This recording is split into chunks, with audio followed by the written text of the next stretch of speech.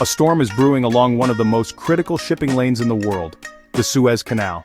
The chairman of the Suez Canal Authority has just confirmed that 47 ships have already rerouted away from the canal this month alone.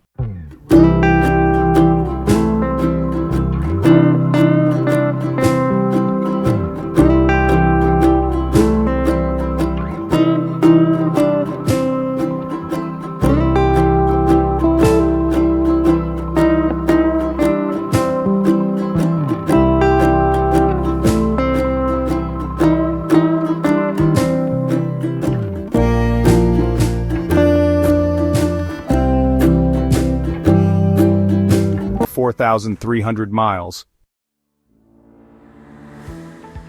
Even now, about 12% of all global trade flows through this narrow waterway, from crude oil and natural gas to cars, electronics, textiles, and even food staples like grain.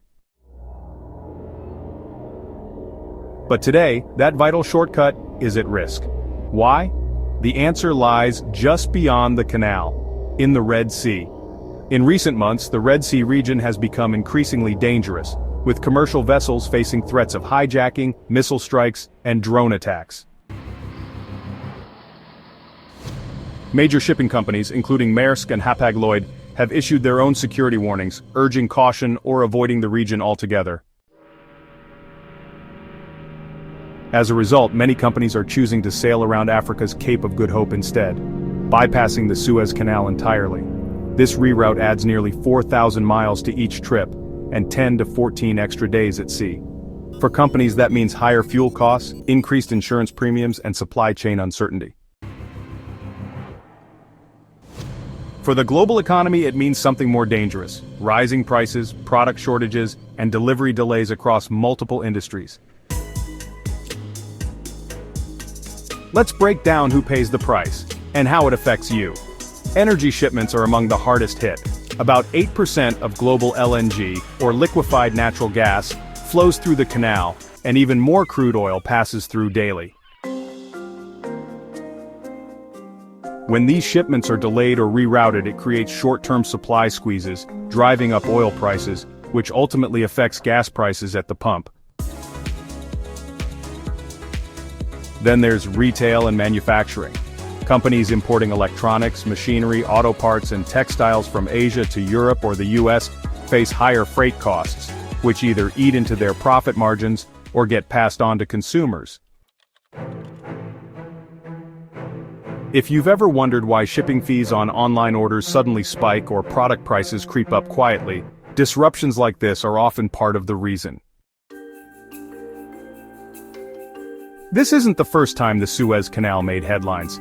You might remember the Ever Given incident in 2021, when a single container ship got stuck sideways, blocking the canal for 6 days and costing global trade an estimated $10 billion per day.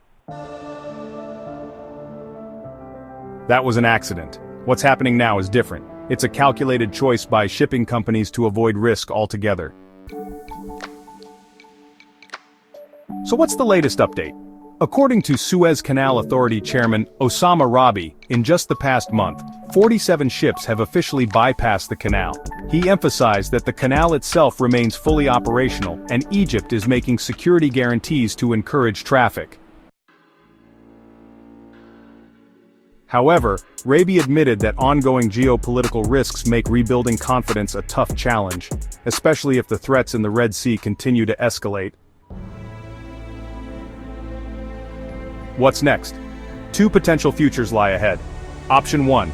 Security improves and traffic flows back to the Suez Canal, returning global trade to its normal patterns. Option 2.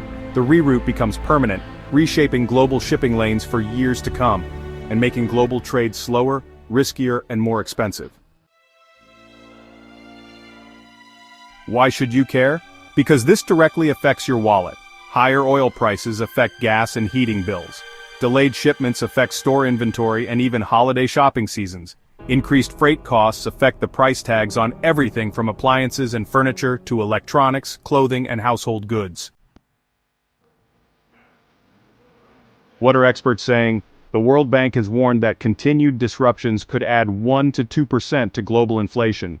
The International Chamber of Shipping calls the situation a high-risk trigger event for global supply chains, and maritime insurers are charging premiums up to 5 times higher for vessels still sailing through the Red Sea.